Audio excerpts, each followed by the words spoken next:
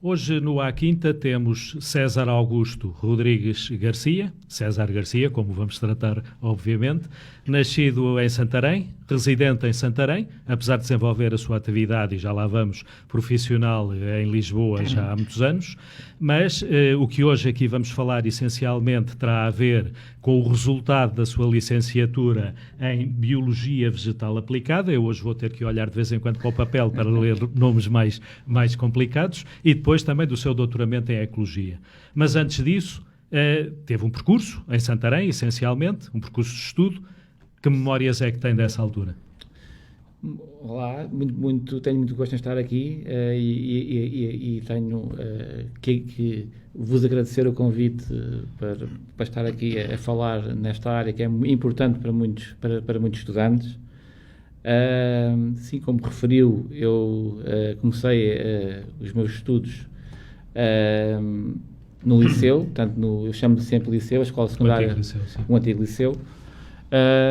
E foi aí, portanto, tive disciplinas de Biologia, ciências naturais, e foi aí que desenvolvi a minha aptidão, penso que posso lhe chamar assim, a aptidão natural para as ciências biológicas. E dizia há pouco, quando estávamos à espera para começarmos o programa, dizia há pouco que essa influência do liceu e de professores que teve no liceu, ou professores em particular que teve no liceu, foram determinantes para essa sua opção. Portanto, quer dizer que, e nós sabemos que essas influências dos professores são muitas vezes determinantes, quer dizer que o seu percurso poderia eventualmente ter sido completamente diferente ou bem diferente se não tivesse tido esses professores. Obviamente. Portanto, um bom professor é a base de tudo.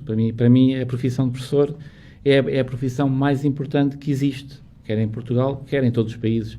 Portanto, um bom professor que saiba dar matemática bem, que saiba dar geografia bem, que saiba dar biologia e outras disciplinas, como a química e a bioquímica, que são disciplinas basilares. Portanto, é uma mais-valia para um estudante ter sucesso, ou ter insucesso. Portanto, muitas vezes o insucesso depende da forma como as matérias são dadas. Portanto, e as matérias têm que ser bem dadas, com exemplos práticos, com motivação, não deitar abaixo, levar as pessoas a procurar o conhecimento. Eu hoje em dia também dou aulas e aos meus alunos tento-os não aborrecer, não os chatear, tentar dar-lhes bons exemplos e motivá-los para ir à procura do conhecimento como tive a sorte que me fizeram a mim, não é? Ser essencialmente prático e fazer ver para que é que as coisas na realidade servem, não é? Exatamente. Então, indo por aqui já agora, o que é que no dia-a-dia temos de Biologia e de Química? Do dia-a-dia, tanta coisa. Nós estamos aqui a Química e Bioquímica e Biologia. Então. A interação com a biodiversidade, com as bactérias, com os vírus. Portanto, infelizmente temos vírus maus, mas também temos vírus que são fundamentais à vida e as bactérias, é a mesma coisa. Portanto, tudo o que somos é biologia, bioquímica, matemática, física. Portanto, e quem domina este conhecimento faz um país se desenvolver. Portanto, é muito importante que tenhamos cada vez mais pessoas que não tenham aversão a essas disciplinas tão importantes. Mas há muita gente, ou bastante significativo número de gente que não gosto disso, isso não serve. Sim, a matemática, por exemplo. A matemática, que nós dizemos? A matemática é tudo na vida, é matemática e física, e bioquímica, e biologia. Portanto, temos que os motivar e fazer ver as pessoas, e os alunos, os professores têm esse papel, que há exemplos práticos. Portanto, eu na minha vida profissional trabalho com matemática e com estatística diariamente. Por exemplo, quando fiz o estudo de impacto, eu e a equipa onde eu estava integrado, fizemos um estudo de impacto para a barragem do Tua. Nós tínhamos, por exemplo, uma semana para saber de base onde é que estavam espécies que se podiam extinguir. Portanto, e com uma modelação ecológica, usando matemática, conseguimos predizer sítios potenciais onde essas espécies podiam estar com maior probabilidade. E fomos lá e elas estavam lá. E conseguimos salvá-las. e conseguimos salvá-las, algumas populações, trazê-las para um sítio Não mais seria mais ainda seguro. agora a altura, se calhar, de falarmos disso, mas não há problema. As barragens são, portanto, uma ameaça, digamos assim, para muitas espécies, não é? Claro, as barragens... Na sua opinião, têm-se feito muitas barragens ou algumas barragens ao longo dos tempos que não seriam absolutamente necessárias, talvez mais no passado? Eu, pessoalmente, nunca fiz esse estudo, mas daquilo que leio, pessoas especialistas no assunto, é que acho que foi um exagero. Portanto, as pessoas não têm ideia da quantidade de populações de plantas e animais e riqueza também geológica e arqueológica que ficaram Debaixo d'água. debaixo d'água. Mas desde quando é que, penso que hoje haja mais cuidado com isso quando se constrói uma barragem, caso é esse prévio cuidado, julgo eu. Sim, mas os países desenvolvidos estão neste momento a fazer um percurso inverso, que é libertar os rios. Portanto, quem faz barragens está ao contrário daquilo que os países mais desenvolvidos estão neste momento a fazer. Portanto, nos Estados Unidos e Canadá... Portanto, estão a remover barragens e a libertar os rios por causa das espécies de peixe, outros grupos taxonómicos. Portanto, eu não sou contra totalmente as barragens, mas não exageramos, porque uma barragem, especialmente num sítio muito alto, a grande altitude, é um desastre total para populações de plantas e animais. O que quer dizer que aqui no Tejo há algumas previsões que estão a ser feitas, ou algumas conversas, algumas Sim. hipóteses e algumas realidades. O caso da Abrantes também já tem uma ligeira parede, por assim dizer.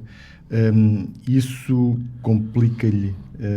No caso aqui no Tejo, portanto, é uma área altamente agrícola, portanto, uma área muito intervencionada há muito tempo. Não sei até que ponto os impactos, mas com toda a certeza eles existem. Portanto, se conseguisse, ou seja, tem que ser, na minha opinião, é claro, e tem que ser ouvir especialistas de diferentes áreas. Portanto, e aí não é só vamos fazer uma barragem. Portanto, fazer uma barragem é preciso conhecedores, não é um político que pode chegar a uma conclusão. Vamos, com todo o respeito, não é?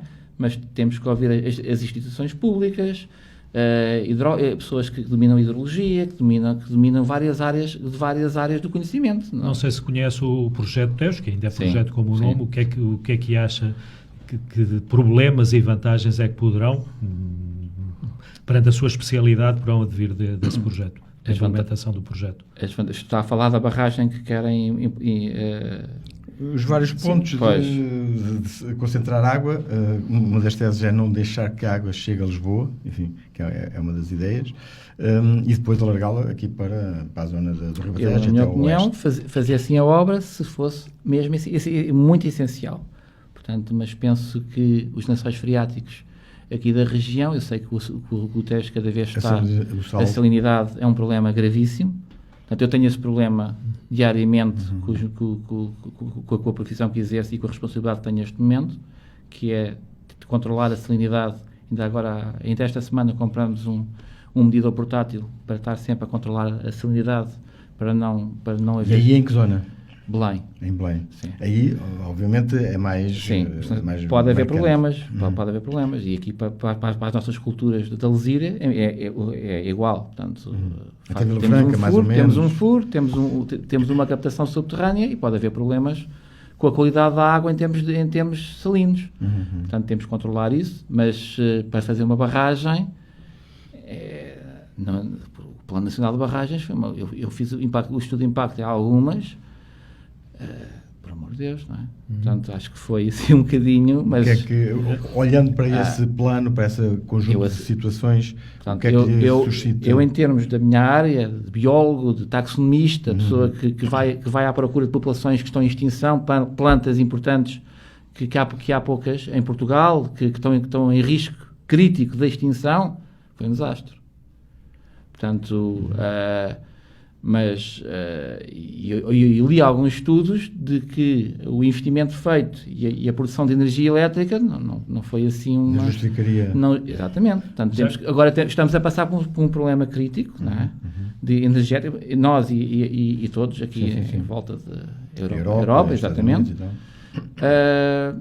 Portanto, já como falávamos até antes de começarmos o programa também, estávamos a referir que nesta entrevista, nesta conversa, tínhamos de ter algum cuidado com os termos para que nós, que aqui estamos, e os nossos ouvintes e espectadores entendessem as coisas. E um dos termos é precisamente esse, que importaria explicar melhor o que é, portanto, a sua profissão, no fim de contas, sim, que é taxonomista. Não é? Portanto, eu sou, como referiu há pouco, eu sou licenciado em Biologia Vegetal, aplicada, portanto, sou doutorado em Ecologia e fiz um pós-doutoramento em florestas tropicais de São Tomé e agora também em Cabo Verde a estudar, portanto, e pretendo ir para outros locais.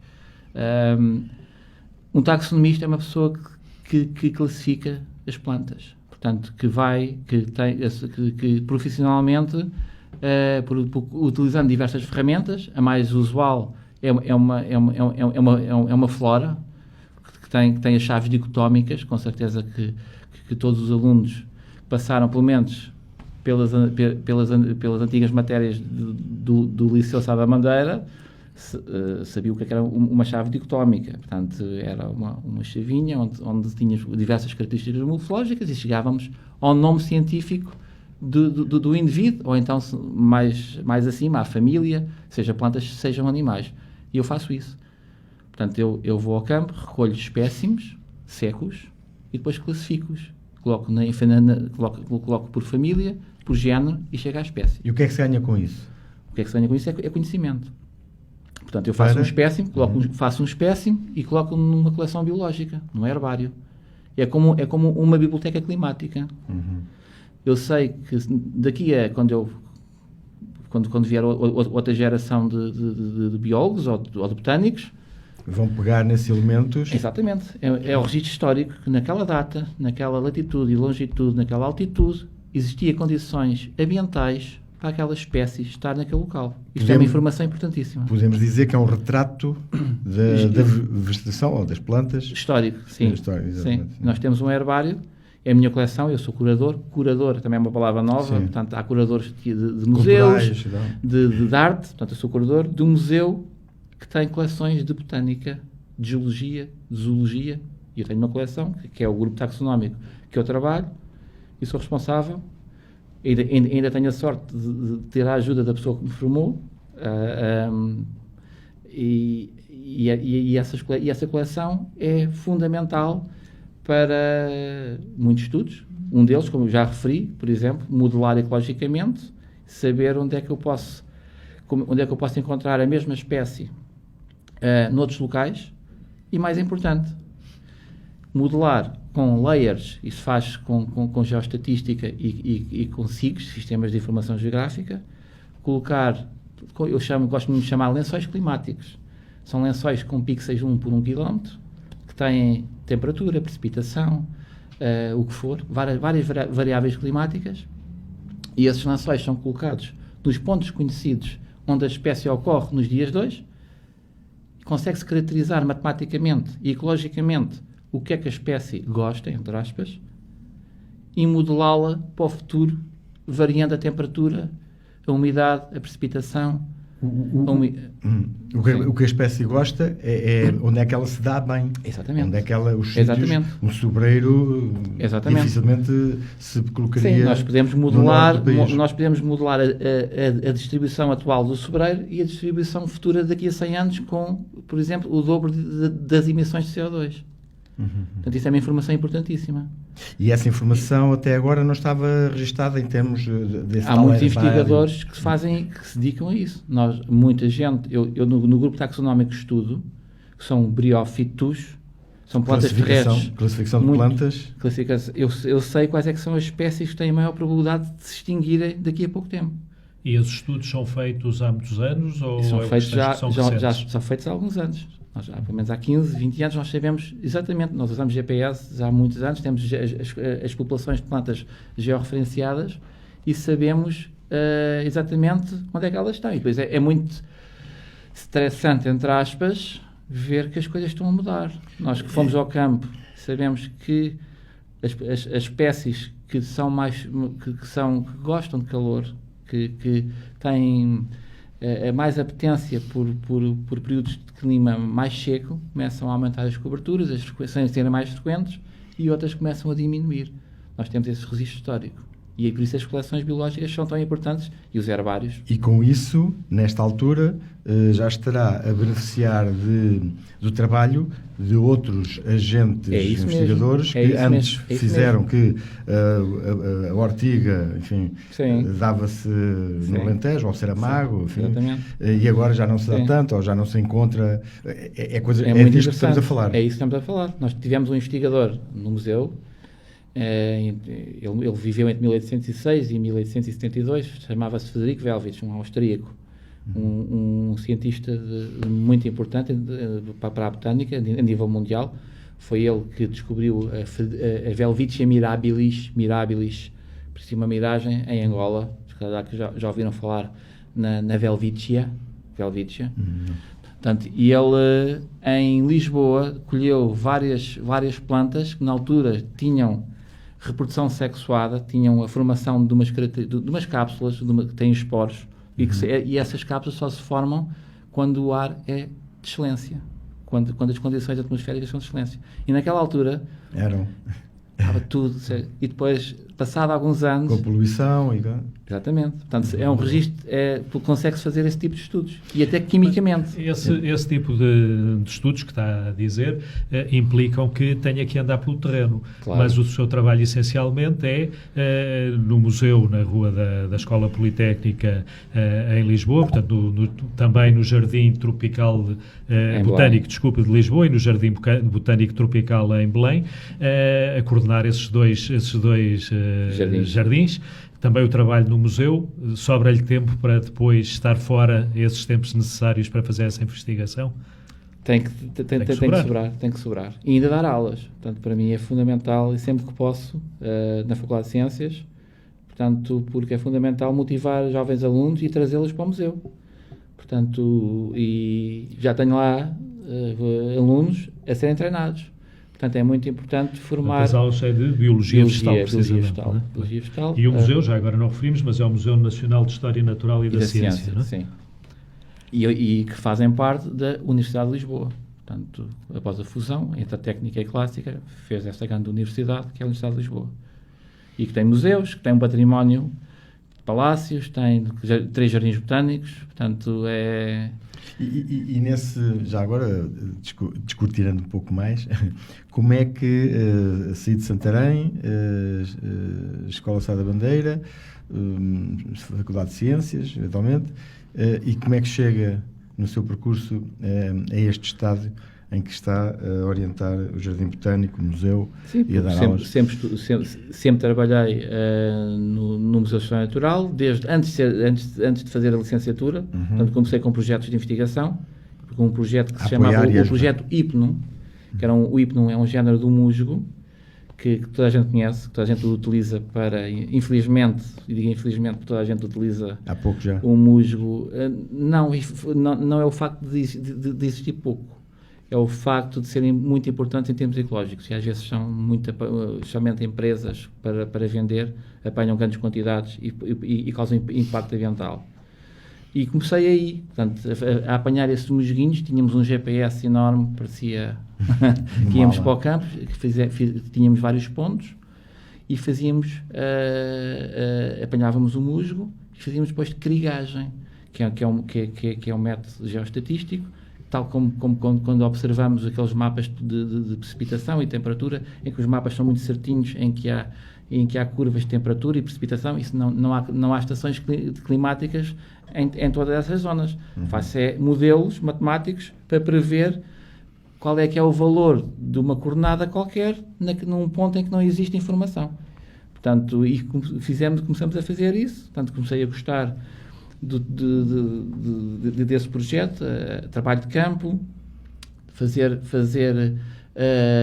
detecção de metais pesados, cádmio, níquel, ferro, e chumbo, portanto, e foi aí que comecei depois comecei a ganhar o gosto pela taxonomia, distinguir a espécie A da espécie B, da espécie C, porque é que a espécie A está aqui e a espécie B está acolá.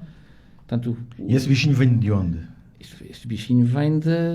É uma aptidão que as pessoas têm e aqui do Liceu. Portanto, a influência dos professores do Liceu. Sim, mas depois há as capacidades individuais que... Claro, é a aptidão natural de cada um. Portanto, eu sempre gostei de taxonomia. Portanto, nos seus colegas não houve alguns que fossem para esta área? Sim, houve alguns, mas, por exemplo, tenho um colega que é especialista em diatomáceas.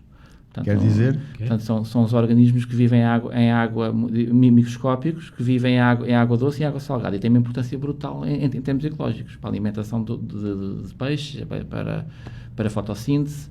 Portanto, ele é taxonomista, ele consegue distinguir, descreve espécies novas para a ciência, portanto... e é tal como é exatamente o que eu faço, mas no mar e em águas salgadas e doces. Exatamente. Mas o trabalhar, enquanto estava a estudar, o trabalhar já no museu não influenciou depois também essa especialização? Tudo. Influenciou tudo, porque foi aí que eu conheci taxonomistas profissionais altamente conhecedores do país, do nosso e de outros, portanto, pessoas com experiência muito grande em botânica. Portanto, isso também, a partir daí, influenciou-me muito. Em particular das nossas 6 colónias, provavelmente. Exatamente. Estou a pensar pelo Jardim Tropical. Não é? Exatamente.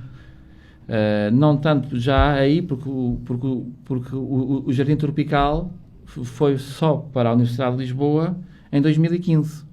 Quando houve a fusão do Instituto de Investigação Científica Tropical na Universidade de Lisboa, foi integrada. E quem ficou com a tutela, com a responsabilidade de coordenar o Jardim Botânico Tropical e toda a área ali, o Palácio da Calheta e o Herbário, foi o Museu Nacional de História Natural e da Ciência. E a partir daí é que depois, mais tarde, em 2017, comecei a coordenar os 2 jardins. O que é esse trabalho de coordenação desses jardins? Portanto, nós, coordenação, estamos habituados à coordenação de organismos do ponto de vista mais administrativo, diferente. Em que consiste essa coordenação? O que é que distingue um jardim botânico de um jardim qualquer, o Jardim da República, o Jardim da Estrela, em Lisboa? Portanto, é um jardim que tem uma coleção botânica de excelência. Portanto, tem uma coleção científica. Temos espécies que estão em risco crítico de extinção nos seus habitats nativos. Portanto, e eu tenho que zelar para que essas espécies estejam nada ocorra com elas. Portanto, tenho que manter os jardins agradáveis para o público em geral e para cientistas que lá vão diariamente. Portanto, e basicamente é isso. Os jardins, nesse caso, não é para ser agradável à vista? Sim. Umas flores? Vai para além disso? Também, é muito para além disso. Mas muitas vezes recebemos críticas porque não fazemos o que as pessoas esperam. E o que é que elas esperam? Esperam um jardim muito bonito, com as palmeiras, com as folhas cortadas, e nós não fazemos isso. Não fazemos. É contraproducente? Sim. Porquê? Porque estar a cortar folhas secas a uma palmeira, ou tirar as folhas secas, ou cortar ramos secos, ou outros ramos, nós tentamos que as espécies tenham o menor impacto possível. Sejam bonitas ou sejam feias. Por acaso, confesso-lhe que tinha-lhe dito há pouco que estive há pouco tempo no Jardim Botânico de Lisboa e que foi uma das coisas que achei foi precisamente isso. As pessoas ficam chocadas. Exato. Mas nós informamos, tem informação à entrada, que as folhas secas, por exemplo, são uma proteção, são mais uma proteção contra o Rhynchophorus ferruginus, que é aquele escaravelho que veio do Vietnã e que nos destruiu várias espécies de palmeiras. São uma proteção, são nicho ecológico, são a casa, para não usar termos muito científicos, são a casa para espécies de aves, torninhhos, e depois as espécies são assim nos seus habitats naturais. Então, Portanto, e basicamente é essa a principal razão. Tentamos manter as espécies... que nós aqui nos nossos jardins, digamos assim, também deveríamos fazer o mesmo? Não, de todo. Não, eu digo em termos da proteção mesmo das próprias espécies, não? Porque geralmente num jardim municipal, num jardim... É a questão da beleza, não é? É a questão da beleza, é a questão... Eu pessoalmente não o fazia. Também o deixava ficar, porque as pessoas têm que perceber... Mas que as dá espécies, ideia de desmazelo. Dá a ideia de desmazelo, e uma pessoa que é compreensível, não é? É que as pessoas tentam... que os municípios não façam críticas nas redes sociais, mas estou-me a lembrar, por exemplo, ali daquelas palmeiras das Roxintónias que estão ali embaixo no CNEMA. Sim, estava a pensar portanto, nisso também. aquilo pode tirar anos de vida, porque raspou-se o eixo da palmeira, o espique, não é tronco, é espique, tem um nome, e foi muito raspado, portanto, aquilo pode... Não devia ser tanto. Não devia ser tanto raspado. Sim. Para dar a palmeira com mais longevidade. Mais longevidade, sim, mas porquê? Porque é um foco potencial à entrada de agentes, de bactérias, de fungos, pode haver problemas com isso. Não é? E como está a falar de troncos, lembrei-me da sua tese de doutoramento e que eu mais uma vez vou ter que ler, e que dizia que analisou a biodiversidade de plantas epifíticas, que serão as plantas que crescem no tronco e ramos de árvores, segundo eu aprendi, nas diferentes espécies de quercos, portanto, de norte a sul de Portugal continental. Não é? Sim. Em que consistia esse trabalho? Basicamente, estudei a biodiversidade de musguinhos, de hepáticas, que é um grupo muito aparentado aos musgos, nos troncos e nos ramos das diferentes espécies de carvalho existentes no país. Portanto, desde o carvalho português, também, o sobreiro não foi estudado. Foi a azinheira, foi o carvalho português, o Quercus pirinae, que é lá em cima no norte, o Quercus robur, portanto, foram estas... Algumas árvores mais a norte e outros mais a sul. Sim, norte, sul, oeste e este. E foi muito engraçado depois de saber quais as variáveis ambientais que potenciavam esta variabilidade. Quais são os resultados desse trabalho, assim, em resumo? Enfim, o mais importante foi a descrição de uma espécie nova para a ciência. Portanto, foi uma espécie que desconhecida da ciência, que é uma espécie muito importante, que hoje em dia é chamada uma boa espécie. O que é uma boa espécie? É uma espécie que ninguém coloca em causa. Portanto, é de facto um organismo novo, que não se conhecia. Sim, mas que não coloca em causa como o quê? Como que fazemos em relação ao eucalipto, por exemplo? Não, assim, são plantas muito pequeninas. Mas estou a dizer o tipo de espécie. Não é nesse sentido. No sentido da espécie que está mais aparentada ser facilmente distinguida da espécie que está mais aparentada. Uma boa espécie é uma espécie que não pode ser sinonimizada com mais nenhuma. Muitas vezes uma única espécie tem vários nomes. Porque em França descreveu-se com um nome diferente, em Espanha com um nome diferente, mais abaixo com um nome diferente, e depois chegou-se à conclusão que todos esses 3 ou 4 nomes era só um. E depois quem tem prioridade, existe um código de nomenclatura, é o primeiro quem descreveu a espécie há mais anos. Quem deu o primeiro nome à quem deu o primeiro nome. Quem o batizou primeiro. Exatamente. Teve graça quando eu descrevi essa espécie, que foi em Barrancos que a descobri. Uma colega espanhola, ela não é espanhola, é argentina, mas estava a fazer a tese em Madrid. Teve o azar, foi azar, de termos feito a mesma classificação do mesmo organismo. E ela estava a apresentar, foi em Bilbao, nunca mais me vou esquecer disto, porque foi muito chato. Ela estava a apresentar a espécie num congresso e eu tive que levantar o dedo no mar, olha, desculpe lá, o artigo já foi ontem submetido. E já está para publicação e foi muito desagradável porque pronto, agora o nome que ela atribuiu é sinonímia do nome que nós em Lisboa e foi atribuído por si esse nome dessa espécie? Claro. E ficou com o nome já agora? Como é que... Zygodon catarinoi, em homenagem ao Fernando Catarino, que foi um professor que ainda hoje falei com ele há meia hora.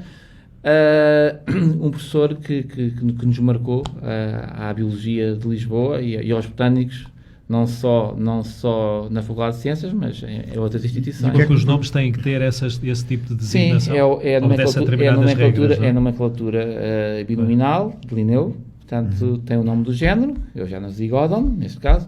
No nosso caso é Homo. E o epíteto específico, Sapiens. De sapiência, de sabedoria. Homo sapiens. Homo sapiens. E no caso, Zygodon, do género Zygodon, há vários Zygodon rupestres, há outras espécies, Zygodon forsteri, que agora tem outro nome, que a maior população portuguesa está aqui perto, que também é uma planta muito importante. E Catarinoi deriva de Catarino, depois com as regras de nomenclatura, com o latim, oi. E como é que o professor, ou como é que a pessoa a quem é dado ou a quem é referenciado um nome numa planta reage? Reage, em princípio reage bem, só se for um insulto. Muitas vezes são insultos, não é? Eu estava a pensar. Depende da planta, depende do animal, não só os animais têm um código de nomenclatura, as plantas têm outro código, são parecidos. Mas geralmente uma pessoa que descreve, uma pessoa ter um nome numa espécie é imortal. Portanto, daqui a 200, 300, 400, enquanto existir uma humanidade, aquele nome vai ser sempre, fica para sempre. Sim. E fica o registro de a quem é que se refere, não é? Fica o registro num paper científico. Portanto, depois da espécie ter sido descoberta, tivemos que fazer um espécime tipo. O que é um espécime tipo? É um espécime daquela espécie que fica numa instituição em que é atribuído um número num artigo científico e a pessoa, qualquer, seja um espanhol, seja um francês, um chinês, um japonês, vai àquela referência do herbário, porque os herbários, a nível mundial, todas as coleções biológicas de plantas, herbários, têm um acrónimo, que é o nosso. Eu sou curador do herbário Lisu. Temos também o herbário LISC, o COI, Coimbra, PO, portanto, há vários, o British Museum EBM, todas as coleções de referência a nível mundial têm esse acrónimo. Num paper científico coloca-se Lisu, o número tal, e que vai dar ao espécime tipo para um especialista ir fazer a análise. E a comunidade trabalha científica, com isso, sabe esses códigos e cumprem, e sabem de onde é que vem, as origens. Felizmente estamos agora, temos um herbário que tem umas condições de excelência. Portanto, foi todo requalificado, graças à nossa universidade, conseguiu-se ter verba, nos últimos 3 anos, foi todo remodelado, como eu referi, com armários novos, com um sistema da AVAC para controle de umidade e temperatura, um sistema de incêndios e extinção de incêndios caso exista alguma ignição. Portanto, e temos condições, posso dizer, que dos próximos 50, 60, 70 anos... Mantém-se. Mas deixe-me retomar aqui uma outra ideia, continuar nas ideias dos resultados. São plantas pequeninas. Eu estava-me a lembrar, as pessoas têm em casa que têm laranjeiras ou coisa que valha, são aqueles pequenos musgos que se veem nos líquenes, talvez. Líquenes são organismos diferentes, exatamente. São associações. Os musgos que estarão nos troncos das laranjeiras. Os musgos epífitos são esses. Portanto, e foram esses que eu estudei. Exatamente. Portanto, e a diversidade é imensa. Portanto, nem tem ideia. Chamar-lhes parasitas, nem todos são parasitas. Não, de todo. Portanto, há muito essa ideia que essas plantas sejam musgos, quer os líquens, que não são plantas, atenção, que são associações entre algas e outros organismos, que fazem alguma coisa às árvores. É completamente falso. Ainda ontem eu ouvi isso. Fazem mal ou não fazem mal? Fazem mal. Quando imaginem uma árvore que está a ganhar muitos líquens, por exemplo. Sim. É completamente falso que os líquens estão a secar a árvore. Eu ia perguntar-lhe, o que é que se deve fazer? Quem tem laranjeiras em casa, quem tem... Nada, porque quando os líquens estão a colonizar uma laranjeira, quer dizer que a laranjeira já está com problemas de outra índole. Portanto, possivelmente um fungo ou uma doença qualquer. É sintoma. É sintoma que perdeu as folhas e que tem mais luz. O fator aqui, a variável é a luz. Quando entra a luz, entram os líquens. Portanto, e não foi os líquens que tiveram, porque são organismos que só se prendem aos troncos das árvores, tal como os briófitos, que se prendem às rochas e não necessitam de nada, tal como as plantas vasculares, as plantas que dão flor, que necessitam, têm uma raiz que vão buscar sais minerais à terra. Portanto, no caso dos briófitos, dos musguinhos e dos líquenos, não. Só precisam de suporte. Tudo que chega a eles é via atmosfera. Daí serem os organismos que são mundialmente utilizados para a detecção da poluição atmosférica. Fazendo isso, eu trabalho num projeto, agora deixei há pouco tempo, não tenho tempo para isso, estão outros colegas a fazê-lo. A CTRSU, que é a Central de Tratamentos de Resíduos Sólidos Urbanos de Lisboa, nós temos ainda a decorrer, são outros colegas que estão a fazer, a professora Manuela Cincin, neste caso da Faculdade de Ciências de Lisboa, tem um projeto com musgos, em que, com base nesses organismos, temos uma estação de 40 pontos e todos os anos podemos lá ir ver como é que está o estado ambiental da atmosfera da região da envolvência da CTRSU, que é a incineradora de Lisboa. Com base nisso, sabemos que, caso exista um grande foco de poluição, as espécies mais sensíveis dão logo sinal. São essas? São essas. As árvores podem não dar logo, mas essas darão. Sim. E dentro deste grupo taxonómico há espécies mais sensíveis e há outras espécies mais tolerantes. E com base nisso nós conseguimos criar índices e saber se há problemas ou não. E isso já está a ser utilizado, no fundo, isso é uma ferramenta. É uma ferramenta que é usada por diferentes equipas desde a Ásia, Europa, Estados Unidos. Portanto, muita gente usa essas metodologias com estes organismos para isso. O que quer dizer que tem que se, entre aspas, plantar esse tipo de organismo. Não, nada disso. São organismos que se fazem a sua reprodução, pode ser reprodução sexuada ou assexuada. Portanto, sexuada com esporos. Portanto, os esporos vão para a atmosfera, são esporos de 20 micras, são esporos muito pequeninos, 12 micras, portanto, estamos a falar de coisas... Nanos. Sim, portanto, e são muito facilmente transportados pelos ventos, pelas aves, pelas pessoas, portanto, e rapidamente, quando chegam a um tronco, chegam a uma rocha, chegam ao sol. Se existirem as tais variáveis ambientais, o que a espécie gosta, que eu falei há pouco atrás, ela germina. Portanto, é muito interessante isso. Portanto, se existir boa qualidade do ar, ela germina e mantém-se. Se existir muitos metais, muito SO2, muita poluição atmosférica, especialmente as espécies mais sensíveis, não há possibilidade de crescer. Por exemplo, estou-me a lembrar na Avenida da Liberdade, que é historicamente uma das avenidas mais poluídas do país.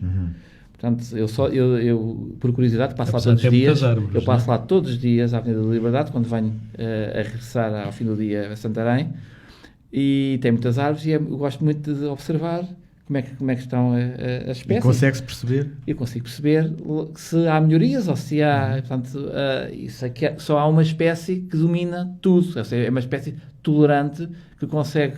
Eu chamo-lhe a espécie todo o terreno. Portanto, que é um ortotrigo, um diafano, que chama-se... É o nome da espécie, que só ela consegue ali existir porque aguenta. Porque aguenta. Aqui, então... Portanto, é um sinal que as coisas não estão bem a nível ambiental. Mas o Lisboa já esteve muito pior. Pior. Mutatis mutantis. E sendo filho da terra, aqui na região, em Santarém, podemos ter casos desse tipo também. Ou seja, ter organismos desse género e colocá-los num sítio em Santarém, sei lá... Realizar a avaliação de... Sim, muitas vezes... Olha, ainda há pouco tempo olhei para as Celtis que estão... Celtis é uma espécie de árvore que estão ali no Jardim da República e vi que as comunidades epifíticas, é assim que se chama, estão de excelência. Estão bem. Então, portanto, quem lá passar pode ver nas árvores umas manchas pretas muito bonitas, com uns padrões muito bonitos.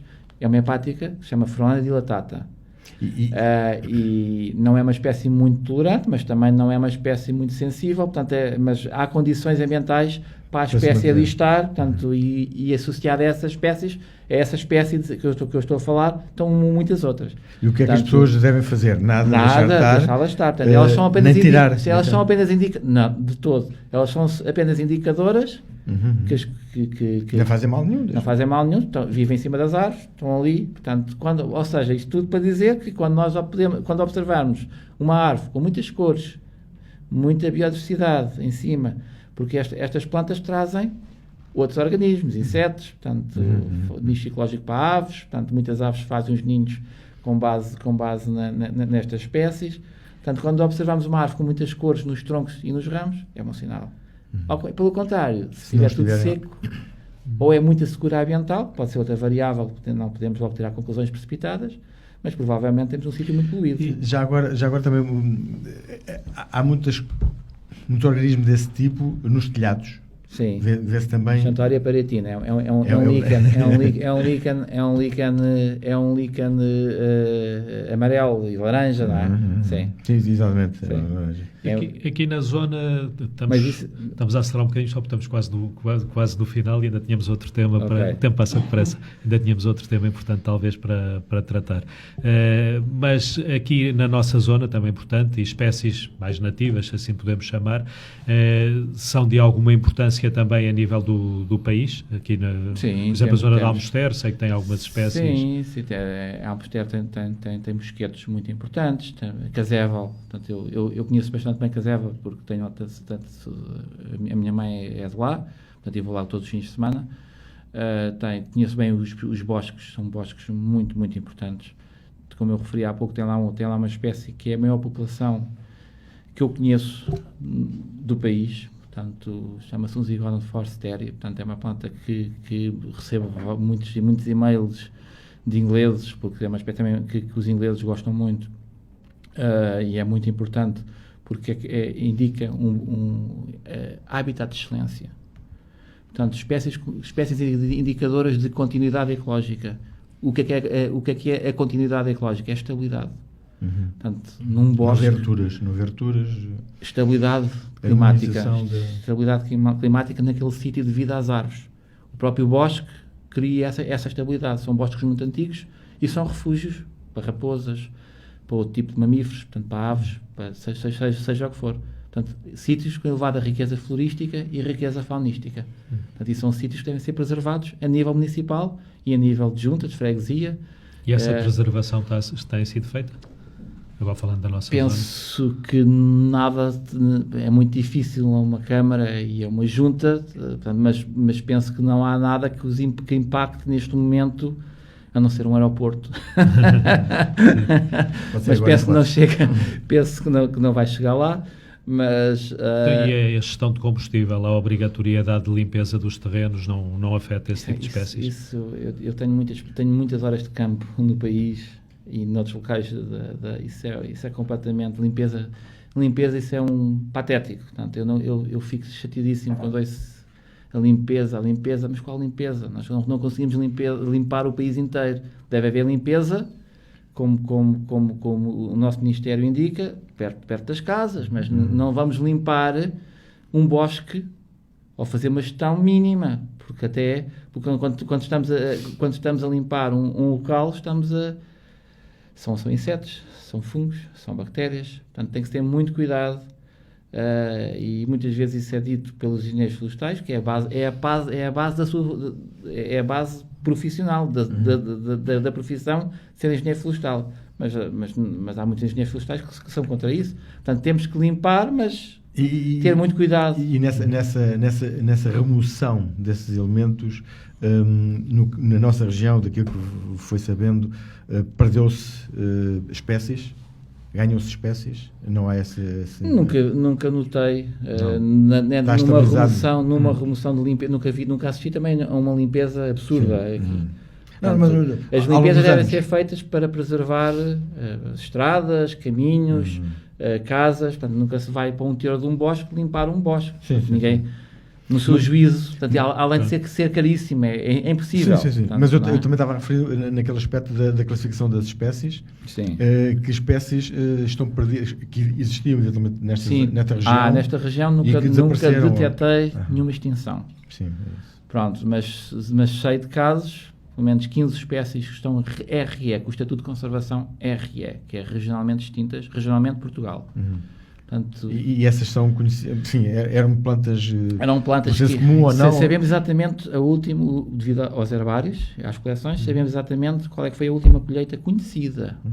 Não quer dizer que aquela espécie tenha desaparecido em 1913. Sabemos que aquela população naquele local levou uma estrada em cima, ou levou uma cidade, ou levou uma barragem, ou levou uma mata de produção a que chamam floresta, que são os eucaliptos. Portanto, e são estes os impactos que levaram à extinção de algumas espécies do grupo taxonómico que eu estudo. Portanto, e sabemos exatamente a data da última população conhecida. Não quer dizer que não existam outras noutros locais, porque é impossível irmos a cada quadrícula de 1 por 1 quilómetro e dentro de 1 por 1 quilómetro fazer mas daquilo que é conhecido aqui na nossa região, em termos nacionais, nunca notei, nunca nada me chocou. Sim. E eu ando sempre aqui no campo, sempre que posso. Agora menos. Sarmacos, beldroegas, não tem neste caso? Não. Temos um narciso muito importante ali embaixo, nas escaneiras. Portanto, sim, muito importante mesmo, muito importante. Mas não está, pode ter, neste momento deve estar debaixo de água, mas para ele é normal. E pode estar impactado, pode haver problemas devido a entulhos, que têm muito hábito de colocar para lá entulhos, mas tirando essa, nunca notei das populações que conheço, mas eu também não domino todas a botânica, porque dominar as plantas vasculares, líquenes, briófitos, portanto, e depois é andar no campo, portanto, é muito difícil a qualquer pessoa de botânica, ou que seja área que domina a área toda, mas a base é sempre o trabalho de campo. Ir ao campo com a mochila às costas, com um GPS, com uma lupa. Como estamos mesmo a pouquinhos minutos de terminarmos, há uma questão que teríamos que aqui abordar, na influência que terá, sobretudo na botânica, obviamente. Incêndios, cheias, secas, este ano tivemos tudo, ou temos tido tudo isso. Que efeitos tem e tem tido ao longo dos anos talvez o mau tratamento que se tem dado a estes assuntos? Sim, é um tratamento, as pessoas não têm noção. Eu tenho um pouquinho de noção porque trabalho com estas espécies há mais de 20 anos e, como eu referi há pouco, vejo populações a crescer, outras a diminuírem muito a sua cobertura e frequência, algumas espécies que estão em risco de se extinguirem. Portanto, isso era esperado. O que está a acontecer neste momento não é novidade para ninguém. Era evitável? Era. E penso que, tal como disse o nosso secretário-geral da ONU, o engenheiro António Guterres, temos que diminuir as emissões. Não há volta a dar. Não há volta a dar. Temos que diminuir as emissões. Há países que resistem a essa... Mas seja daqui a 10 anos, daqui a 20, vai-se ter que arranjar uma solução a nível global para reduzir as emissões, porque os modelos matemáticos não mentem, portanto, seja com espécies de aves, com espécies de plantas, portanto, a biodiversidade está-se o degelo, portanto, cada vez estes fenómenos de precipitação, nós registramos no museu, na terça-feira, o recorde. Desde que há registro, tivemos 134 litros por metro quadrado, das 9 às 9 horas. Portanto, é um registro histórico desde o século XIX. Portanto, chovia na estação meteorológica mais antiga do país, que é no Jardim Botânico. Sim. Mas teve lá uma estação, que a pessoa que faz o registro, até falei com ela, e registou o nível de pluviosidade histórico para o país e para Lisboa. Portanto, quando se dizia que íamos ter um ano de seca, não é? Pois. Portanto, continuação da seca. O problema das alterações climáticas é isto. Portanto, são os fenómenos extremos. Instabilidade, muita estabilidade de verões muito quentes, com nuvens de calor muito graves, com ondas de calor, queria dizer, com fenómenos extremos de precipitação, portanto, muito frio, depois calor. Portanto, as nossas plantas nos jardins estão a sofrer imenso com ataques de fungos, com ataques de vírus, de bactérias. Portanto, já estamos a aparecer, especialmente fungos, com muita frequência, devido a este clima quase tropical. Que é umidade e muita calor. Umidade e calor. Portanto, isso é muito mau para quem tem a responsabilidade de manter coleções vivas, não é? Portanto, estamos a passar por muitas dificuldades e os nossos políticos, os decisores, não os portugueses, não só os portugueses, mas a nível internacional, têm que tomar consciência e preocuparem-se. As medidas têm que ser ao contrário. Exatamente. Muito bem. Portanto, temos que... E nós também estamos um pouco ao contrário, porque a conversa estava muito bem, mas temos que retroceder e parar por aqui na conversa de hoje. Esperamos que no dia isso possa acontecer também com esta fluência e com este conhecimento que foi transmitido aos nossos ouvintes. Agradecer ao César Garcia o facto de ter estado connosco desta vez e esperamos numa próxima oportunidade falarmos de outros temas relacionados com isso, que é da vida de todos os dias. Muito bem, muito obrigado. Continuamos à quinta, volta na próxima semana. Daqui até lá, tenha uma boa semana.